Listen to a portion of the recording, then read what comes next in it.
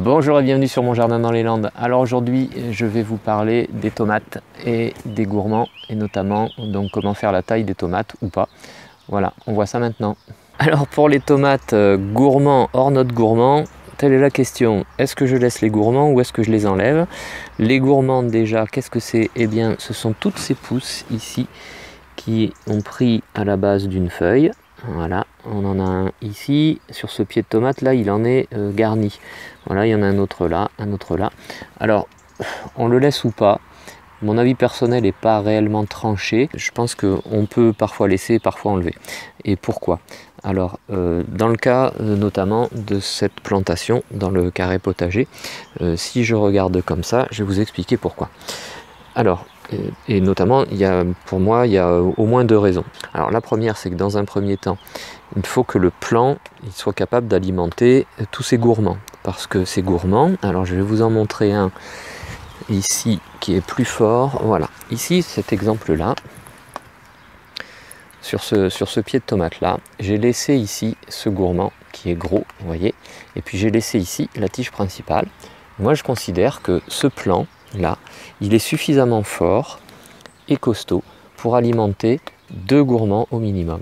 Là, on a un bouquet de fleurs, il y en a un autre ici qui est en train de se former, et il y en aura un aussi ici sur le gourmand.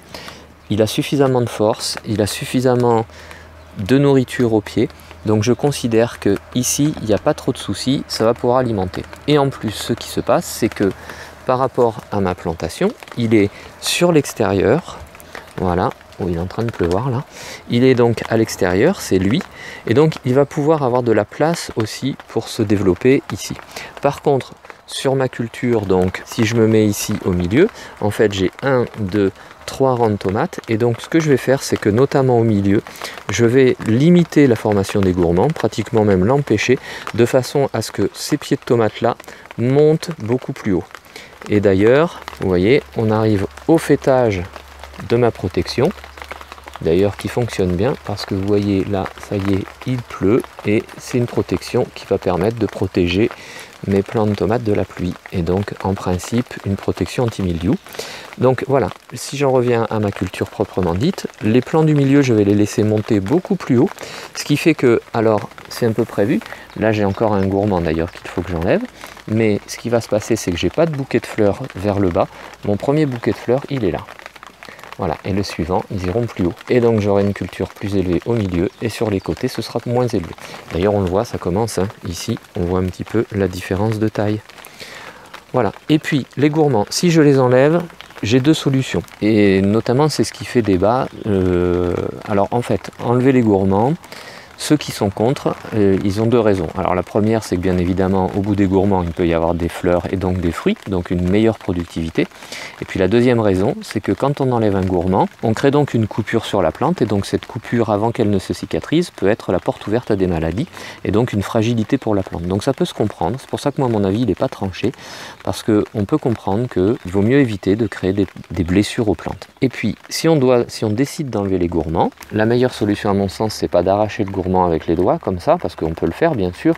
Alors quand ils sont tout petits, c'est une toute petite cicatrice bien sûr, mais quand on a des gros gourmands comme ça, on évite de le couper comme ça. On fait par contre une taille avec un sécateur ou une paire de ciseaux que l'on a désinfecté au préalable, hein. Moi je désinfecte après chaque plant. On fait une coupe nette et franche parce que en fait elle cicatrisera beaucoup mieux. Donc on coupe franchement, cette petite coupure là va cicatriser rapidement et donc sera moins la porte ouverte aux maladies.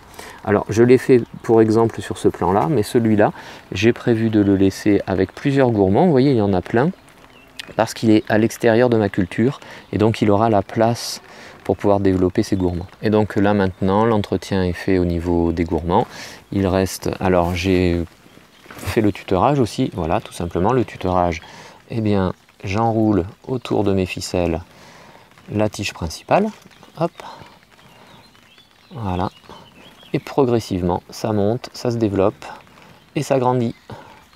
Et là, on voit sur un pied comme ça, par exemple, alors il y a plein de gourmands qui vont fleurir et ma première fleur, elle est là. Et donc, l'intérêt aussi de laisser des gourmands, et notamment, on a un bel exemple sur ce plan, et je pense que c'est notamment physiologiquement pour ça qu'il en fait plein des gourmands, parce que finalement, on arrive ici, et ici, on a le bouquet de fleurs. et c'est le premier bouquet de fleurs, et en fait c'est ce qu'on appelle un plan indéterminé, parce que au final c'était sa tige principale, quand on regarde bien, voilà, c'était sa tige principale ici, mais cette tige principale, au lieu de se terminer et de progresser et de continuer avec d'autres bouquets comme ici, eh bien elle s'arrête sur un bouquet de fleurs.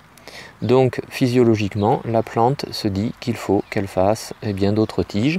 Et par exemple, moi je vais prendre celle-ci comme tige principale la prochaine fois. Une fois que ça sera fleuri et donné des fruits, et bien c'est cette tige-là qui va repartir aussi. Voilà, et on favorisera plutôt ça. Et c'est ce qu'on appelle un plan indéterminé. Alors à savoir que ça c'est une variété, c'est une vieille variété de tomates. C'est un jardinier du coin qui m'avait passé des plants il y a quelques années. Et tous les ans je récupère mes graines et donc je cultive. Et donc ça fait au final des variétés indéterminées mais qui donnent de bonnes tomates et de bonnes grosses tomates. Et en même temps qui s'habituent à mon sol, à mon climat, et donc qui en principe produisent bien. Si cette vidéo vous a plu, n'hésitez pas à liker comme d'habitude en mettant un petit pouce bleu vers le haut. Si ce n'est pas déjà le cas, vous pouvez vous abonner. N'oubliez pas de cliquer sur la cloche des notifications pour recevoir les prochaines vidéos que je publierai. Et puis je vous remercie d'être passé me voir, ça fait toujours plaisir. Et à bientôt sur mon jardin dans les Landes. Au revoir.